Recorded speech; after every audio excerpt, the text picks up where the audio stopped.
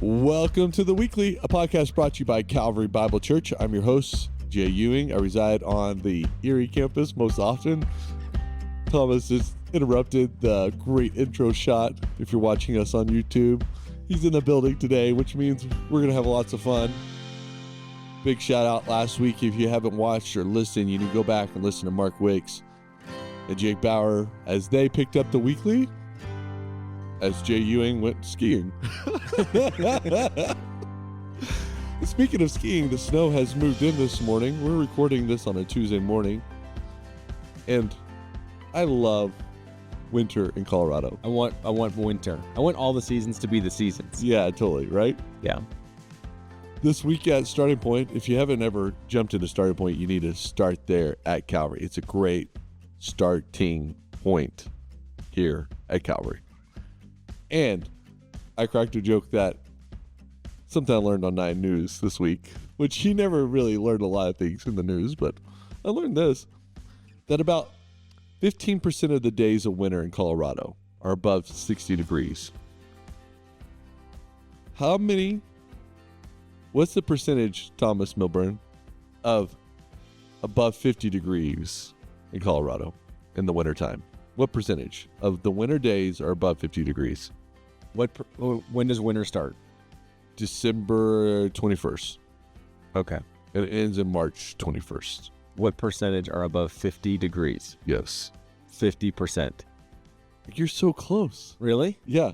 It's 40%. 40%. Above 50 degrees in wintertime. I mean, winter On in record. Colorado is mild. It is very mild. Yeah. Don't move here. It's horrible. Sucked in. Great days. There's so many snowy and bleak days. You never want to live I mean, here. it was so hot this week. It was hot. But I just love that it was hot and then it's snowing today. Yeah. It's so good, man. Yes. Okay. What's your favorite winter activity to do? Ski. Yeah. It's become ski. It wasn't always that way. No, I think, snow camping, snow caving, Yeah. snowshoeing. But you just couldn't do that with the kids. Yeah. Can't do that. But now they're all skiing. It's so much Life fun, is good. right? Yeah.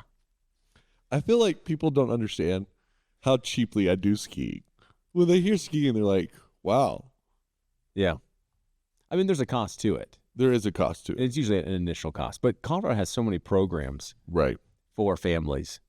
I mean, we all know what they're doing when they give free ski passes. Oh, no doubt. Like, We know what this is a they're doing. gateway drug. But it's fun because here's when we do the skis now. Yeah. Like my older kids have to buy skis that are more like in the trade-in program. Yeah. Choose skis that hopefully can be passed on to their brothers. Yeah. So it's like, hey, those really cool like hot pink skis, purple skis, like just choose the black ones. Yes, please. But one of my boys has these bright pink mittens on this year. Sweet. It's awesome. It's like they're the right size, man. I'm not buying new mittens. Yeah, man. That's so good. You're on the mountain skiing. You can wear pink mittens. No, he has didn't have one of them has purple ski pants. Yeah. It's great. We had to upgrade a snow jacket last year, both of the kids, because they grew like 6 inches in this year. It's like, oh my goodness. And so, we're going to like the discount places to find ski jackets, right? Which that means the selection is limited. It is. But, we bought him a jacket. It's like black and white camo from the Columbia Outlet store, Ooh, sweet. which is a great looking jacket. However, it is really hard to find him on the mountain. And I was up there last week with him. Oh yeah. It's like, Where'd he go? like he blends in. And I was like, man, I should do what a Milburn does. Put a jersey on top of it. Yeah. So I can find him. A bright jersey. I need a brighter jersey. I have a white jersey. Yeah. that we threw That's on. genius, by the way. So we saw this family 2 weekends ago. Have you seen those like bright green laser suits Oh, yeah. Dude, that are like those are amazing. from Dumb and Dumber or something? Yeah. I don't know. Totally. The whole family had them on. What? 5 of them. Oh, my goodness. It was awesome. I thought if I had money to just burn, I would do that No doubt. because it's fun. It is fun. It's hard because like right now is probably some of the best ski deals Right. because people are trying to get rid of inventory. Right. But it's so hard to spend the money right now. Yeah, because you don't know what size your kids I are going know. to be. Yeah. Yeah. Hey, speaking of fun, we hope that you find Calvary to be fun. You want to go to calvarybible.com, click your campus, what's happening in your neck of the woods, find out all the ways you can jump into the fun here at Calvary, because that's one of the values, underlying values, DNA of Calvary. We don't take ourselves too seriously. We take the gospel seriously. And so go to calvarybible.com, submit a prayer request, find a group, get plugged in, attend church on a regular basis, and we would love to see you here at Calvary. You like that segue? It's good. Fun. Your phrase, in your neck of the woods, Yeah. is that Al Roker who like coined that? I don't know. Just made me feel like that with the snow behind you. That's nice. What's happening in your neck of the woods? You know, I've picked that up in this podcast over the year. Yeah. It's sort of the thing I say. It feels like an Al Roker thing. I don't know. Maybe it isn't. Maybe it's an Al Roker thing. I don't know. I haven't watched that show in a long time. Watch it every morning. The Which show is it? Al Roker? Yeah. Is he on NBC? Yeah, that's right. Like Yeah. a morning show. Morning show, yeah. Yeah. All right. Hey, so we're jumping into the scriptures. And this week we're talking about how you build your life on the rock, firm foundation. It's funny that you picked up it in Luke instead of the typical place, Matthew 7. Yeah, and I blended the two together without even informing people. That's great. So, I love that. It's like, whatever. Yeah. Well, you know, my men's group has done the Yeah. harmonies of the Gospels for years now. Yeah. I love that approach of the Gospels.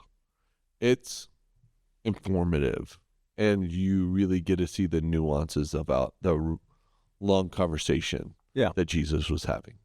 I think for some people it's bothersome because it's like, well, that doesn't exactly follow the same sequence, and it doesn't allow for the author to use some of these teachings to make a point. Right. Luke is trying to make a point.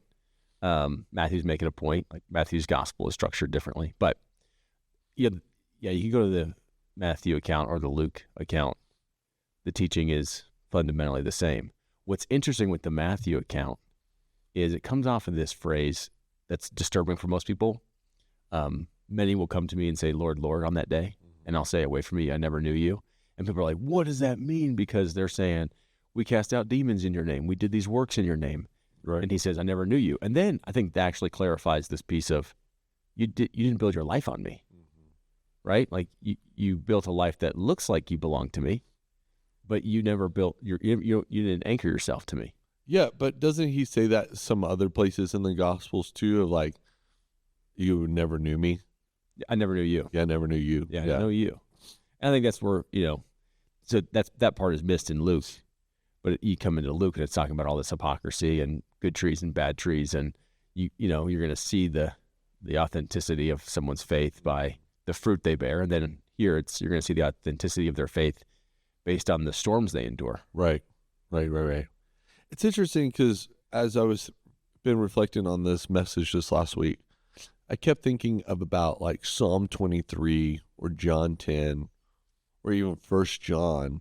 Those are sort of some of the places in the scriptures that have been rattling my head. The Lord is my shepherd, I shall not want. He makes me lie down in green pastures. He leads me beside still waters. He restores my soul. Here's the phrase, he leads me in paths of righteousness for his name's sake. In John 10, he says, I am the good shepherd. I know my own, and my own know me. I have other sheep that are not of this fold. I must bring them also, and they will listen to my voice. So there will be one flock and one shepherd. No one takes it from me. I'm sort of skipping here a little bit, but lay it down on my account. I have authority to lay it down and I have authority to take it up. This is a charge I received from the Father. And then 1 John says, abide in him so that when he appears, we may have confidence and not shrink from him in the shame of his coming. I feel like those are like great scriptures to think about in regards to this whole idea of preserving life. That was really probably the poignant moment for me this week, is that Jesus wants to preserve my life. Does that make sense? And he's shepherding it. Yeah. I think that's a surprising thing for people when they understand, like, what's the motivation of obedience? Like, from God's point of view, is like for my good. this isn't the prosperity gospel, but this is the preservation gospel. Maybe call it that. I don't know. I'm sort of annoyed that we continue to talk about like prosperity gospel when we talk about Jesus wants us to have life. You know what I mean? Does it make sense that it gets sort of like, you always have to say this? This is not prosperity. He's not like going to name it, claim it, bless it, and you're going to drive a Mercedes and have a great life. Yeah, I wonder if that even conversation's almost over now, like with the younger generation. Like what, TV preacher are they familiar with that would preach something like that? Right. So they might not even be aware of something like that. Because you're right. It is that it might go well with you in the land. Yeah, like right? Psalm 1. You know what I mean? Like Psalm 1, Genesis, the early parts of Genesis 1 and 2. It's like God wants to do something where we flourish. Yeah. Like, no duh at this point in my career. Yeah. It's like, for my, yeah. So that's the point. Like, so why would he call us to obedience? Right. It's like, well, I just really want good employees. You're like, it's actually for our good. Yeah. So, hey, there's going to be storms in life. Hey, there's going to be hardships in marriage. Hey, there will be whatever uncertainty. Here's how you can anchor your life so that it would go well with you. Yeah. I was one of those guys that started reading the Bible early in my faith from like cover to cover. And always had a hard time getting through Leviticus up until the point I realized through the grace of the Lord that it was about their flourishing. Yeah. And then I started paying attention, and I got through that, and then got through the Bible and the reading plan, because I got through these sections that was like, what's the point here? Yeah. And you're just like, it's all over the scriptures. He wants to preserve life. Mm-hmm. He wants to give us a way in which we can live to be fully human and fully with him. I mean, here's a real example in my life recently where, when we say like build your life on Jesus's words, it's, okay, do you know his ways? And then do you practice those ways? Do you live those things out? And it's not just about being informed by his ways. So I love that in both Matthew and in Luke, his charge to, hey, build your life, your house on me, is the one who comes, listens, and does. So this is like action on my words. Concludes the Sermon on the Mount. It's like the whole point of, okay, the Sermon on the Mount, the kingdom ethic, the ways of the people of the kingdom. Now, go build your life on it, right? Right. So recently we were informed that we should have probably paid a few $1,000 more in taxes like a few years ago. Oopsies. And this is just like, no, this is not IRS. They don't know anything about it, right. Whatever. But there's just a small miscalculation. Well, the onus is on me to make this right. But they're never, and I have one opportunity, which is make it right this year, or it simply goes away in history and can never be brought up again. Right. So the question is, do you do it? Right. So it hasn't been brought up to your attention from any legal standpoint. It's just been brought to your attention because you're doing your taxes this year. And, oh, wait, what did we do 3 years ago? So I have a very small window to make it right. Otherwise, it just goes away. And the question is like, well, no one said anything. Right. Do you do it or not? And you do it, absolutely. You pay the money. And the reason is I sleep well at night. Yeah. There's no issue in my conscience. That's the ways of the Lord. I live with integrity everywhere when people know it and don't know it, so that, man, it would go well with me. Yeah. And then if someone accuses me later, I'm not like, oh yeah, no, I try to excuse this behavior, or I feel convicted at that point, or I'm compromised at that point. It's like, nope, you just do the right thing. Is it costly? Sure. Yeah. One of the points that I think it was Perry who brought up in his sermon was, a lot of us don't want to build our life on the foundation of Jesus because it looks costly. Yep. But the whole parable shows you the true cost of not doing it. Right. That's very true, man. So there are two costs here. And one is the initial cost. That's a foundational cost. It's going to take you longer to build your life. You think of the person who's building the foundation doesn't start erecting walls right away. So it looks like the other person finished first. Like they've moved into their house and they're like, what are you doing still digging? Right. I'm trying to get to bedrock. I'm like, man, we're living in our house. We're hosting parties already. Our life is already put together. And you're like, yep, I totally get it. Got to get the foundation laid. Yeah, that's true. Very true. So there's a cost, and then one of it's time, one of it's energy, one of it's, just how much it takes out of your life. But there's a true cost that will be revealed later. I've been trying to rack my brain for the last 2 days of an Old Testament story that illustrates this well. Do you like? I know of negative stories in the Old Testament. What's a positive story of someone who actually built their life on the rock that you think of when you think of the Old Testament? Well, I think it's so easy to think of negative stories. Yeah, they're the easy ones that come to mind. Yeah. I would think of Daniel, maybe. Yeah. I think that's where, or his friends, Yeah. Shadrach, Meshach, Abednego, is these three guys say, hey, this is our foundation. We're not going to worship you. We're not going to give our worship to that foundation. Right. And like, well, it's going to cost you your life. It may. And God may choose to rescue us, and he may not. Yeah. But that doesn't matter. What matters is we cannot participate in that. Yeah. It reminds me of Martyr's Cross in Oxford that I visited this last summer, where William Tyndale saw the changing from the Reformation of England back to Catholicism, and a few pastors stayed the course of that conversion, of that conviction of the gospel's purity. And Tyndale did not, to order to preserve his life. And then he saw 2 pastors be put to death in Martyr's Cross in Oxford. And then basically less than a year, he was put to death at Martyr's Cross because he was like, the purity of the gospel was so great. And he saw their lives were built on Jesus Christ, even though they lost their life. Yeah. That he recanted his recant. Yeah. You know what I mean? Nice. And he died the martyr's death on Martyr's Cross in the same spot these 2 pastors had done a year before.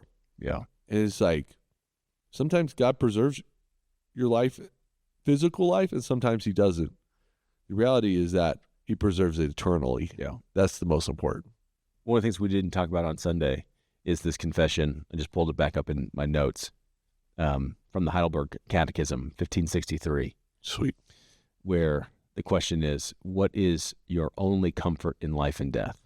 And the answer is a foundational answer, right? That I am not my own, but belong body and soul in life and death to my faithful Savior, Jesus Christ.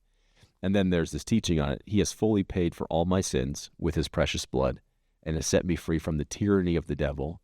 He also watches over me in such a way that not a hair can fall from my head without the will of my Father in heaven. In fact, all things must work together for my salvation. Okay, I can sleep better. I mean, it's just like, that's the foundation I'm on. It's like even like the storm, this hardship in my life, even like this evil that has come, it has to work for the good of my salvation. Like he is so committed to me and the building of my life in him that he must work this out in my salvation for my good, right? And so it says, because I belong to him, Christ, by his Holy Spirit, assures me of eternal life and makes me wholeheartedly willing and ready from now on to live for him. Like, that's it. Yeah. And I think a lot of the storms that I've been afraid of most of my life are the storms that show up from my past, living apart from Christ. No doubt, my friend. And it's like, man, I'm just waiting for that storm, shoe to drop, that person to show back up in my life. And even that I've had to surrender and say, Lord, I didn't live for you. And so when that shows up, I'm going to address that storm with you. But now I want to stop making storms in my present life that are going to be at some point in my past life trying to catch up to me. And that's why live with integrity, live the ways of Jesus Christ today, because there's enough troubles in the world that I don't need to cause myself. Yeah. And we know that's a kingdom cost. It's the pearl of great price. It's the way of picking up the cross daily. Yeah. That really brings actually life. So we get back into the text of Luke 6. I do find this question, why do you call me Lord, Lord, and do not do what I tell you, a very poignant question of Jesus asking this crowd of people. In Matthew, he says that Jesus went up on the mountain and not the crowd came to him, but his disciples came to him. Mm-hmm. What is the audience in which Jesus is talking to here? Yeah, I don't know the breadth of it, but the character of it are people that want to call him Lord, or are coming to him, listening to him, have the potential to call him Lord. Like, this isn't the person on the street that doesn't want anything to do with Jesus. Right. He's got a different question for them. Maybe that's the question we'll look at this Sunday, actually. But for for the audience, whether it's the disciples or the larger crowd, it's basically, we talked about this, those who would go to church on Sunday. And he would say, okay, why do you call me Lord? And you don't do the things that I'm asking you to do. And Lord that's a title of authority. Like, why do you call me the authority of your life? And then when I lay out my ways, you say, nah, I'll choose something else. Because that's the tension. That's the disconnect. Yeah. If I'm the authority, then you would follow the ways. You're not following the ways, so therefore I'm not the authority. So either call me something differently or change the way you're living. And to motivate people to say, well, why would you want Jesus to be your authority? It's like, well, let me tell you two stories. Yeah. Let me tell you a story where two people are trying to build their life. And storms are going to come to both people. And one's life is preserved. It's not destroyed. The other person is great ruin. And the person whose life is preserved is the one that keeps me as their authority. And you're like, oh, okay, I'll call you Lord. Yeah.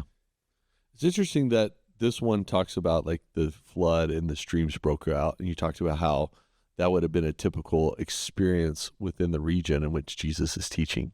Even today. Yeah. Yeah. There were some YouTube videos I was watching that were coming. The flash flood was coming through Qumran. And it's just these dry riverbeds that look totally dry, like a desert. Like nothing, no water's here. And then just almost instantly, it's filled with volumes of water just rushing down this hillside. I actually lived this in West Texas. Really? Yeah, where you would get on these highways and go across the country, and you're like, it says stream or river, and then you go and like, it's just dry riverbed, and there's a bridge for like a mile. You're like, why is there a bridge? Like, couldn't you just put a road here? And in reality, it's that happens. Flash flood happens, and that whole thing becomes a river. Yeah. And they need a bridge over it. You know what I mean? Like, it's like, wow, that's super interesting. Yeah. So I lived in a place which flash floods like that would happen. Dry, clayish, was not very porous for water.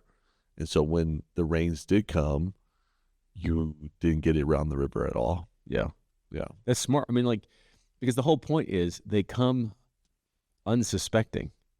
That's the whole point. Yeah, that is the whole point. Is on sunny days, whatever, Yeah. Mild winds. Okay. But there are times that are going to hit both the Christian and non-Christian. I think that's the other point we tried to make. I think it's just so important that people often come to Jesus thinking he then insulates them, like removes storms from their life. Some are from our own sin. He removes some storms. That is true. I was thinking of natural, just sickness, life, tragedy, just human suffering. Yeah. And then they're surprised when they get hit by them. Like, what? I have Jesus. Why is this happening? It's like, it's so that you would be preserved through them. Mm-hmm. Maybe this is a two-part question. You talked about how we love information instead of transformation, especially in the name of our church. We can be prone to this, right? Calvary Bible Church. We're a Bible-seeking, Bible-believing, Bible-studying church. There's a danger in that. There can be a danger in that, to be so engrossed in information that we lose the transformation of what we're studying. Yeah. How do you feel like, what are the warning signs of that? Well, I think there's probably two is, where are you creating space to practice? Like, I don't know about you, but in all the realms in which I've received personal coaching, whether that be sport, leadership, mentoring around the scriptures, usually it's slower on information, longer on practice. Like, I'm going to give you one drill. We're going to practice this. Right. And oftentimes in our spiritual life, it's the opposite, is we will take way more information than we should. We'll try to learn everything about the sport before we go try to practice it. Right. And if you go to a good coach, it's like, I'm not going to tell you anything at this point that you don't need to know. First thing I need you to do is what? It just depends. Right. And so I think just the imbalance of how much information we try to get and gain before we practice it. The other piece, and this is brought up by several social scientists, I think also like John Mark Comer was talking about this, we're called the information age. So part of our cultural moment is based on our consumption of information. We love consuming information. Love it. But we approach it so differently than basically anyone in history has. which is we just want to know where to find information. We're not interested in information transforming us. And so we don't sit to memorize information anymore. We just learn where to access it. And then when we come to Jesus and we come to our spiritual life, same thing. And you see this in the habit of scrolling, is we're always scrolling through information and we don't sit around it long enough to be changed by it. As soon as we get bored by it, we move on. And then we take that same approach, that same habit of our approach to information to our discipleship with Jesus. And we're scrolling Christians. It's like, yep, next quote, yep, next insight, yep, next sermon. And it's like, hey, we should have paused and allowed that one sermon, that one point in that one sermon to meditate on it for like a month, 6 months.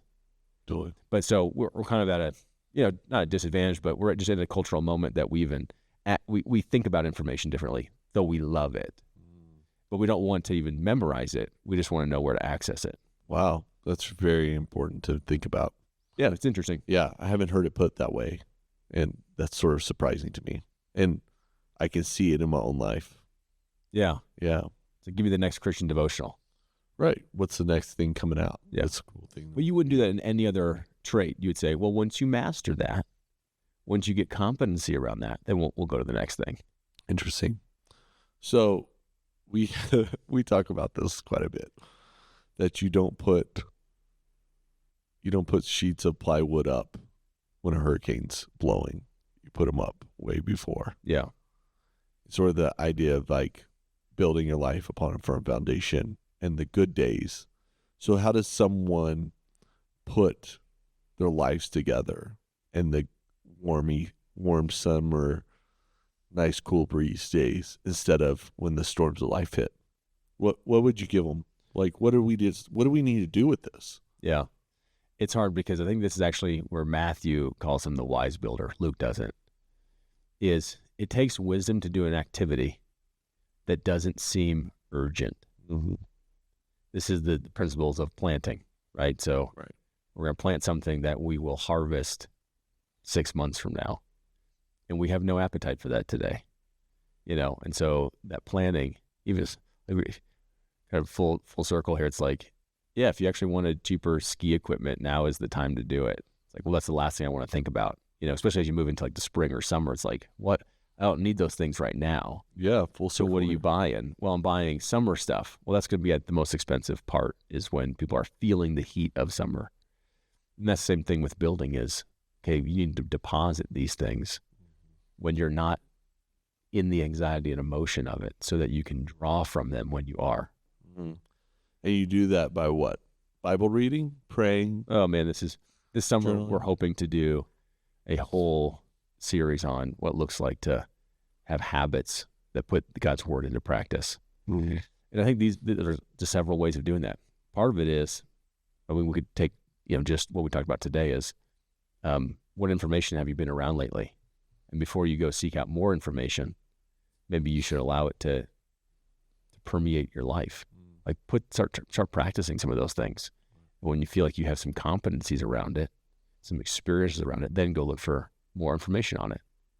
So I think going to this text, it says he dug deep.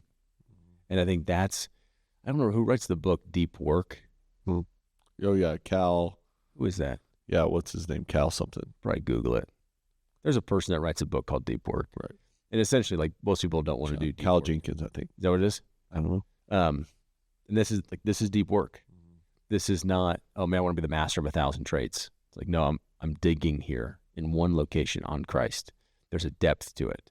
So he dug deep and laid a foundation on the rock, meaning like he connected his life to something outside of himself. That's the Heidelberg Catechism, right? Right. Is my only hope is being connected to something that's not me, Jesus Christ.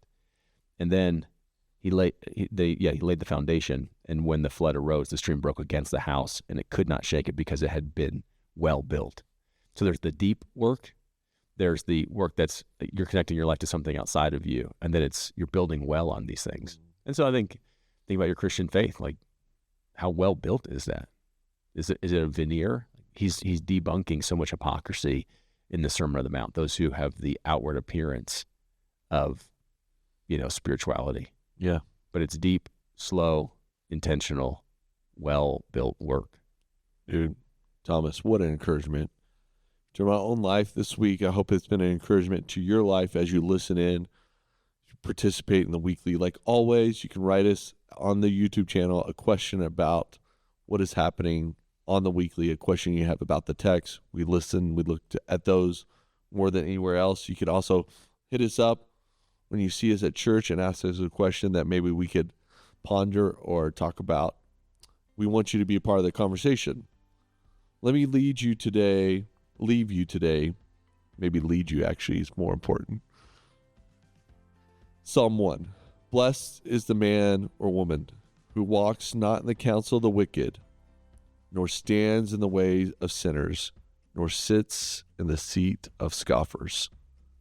But their delight is in the law of the Lord, and on his law they meditate day and night.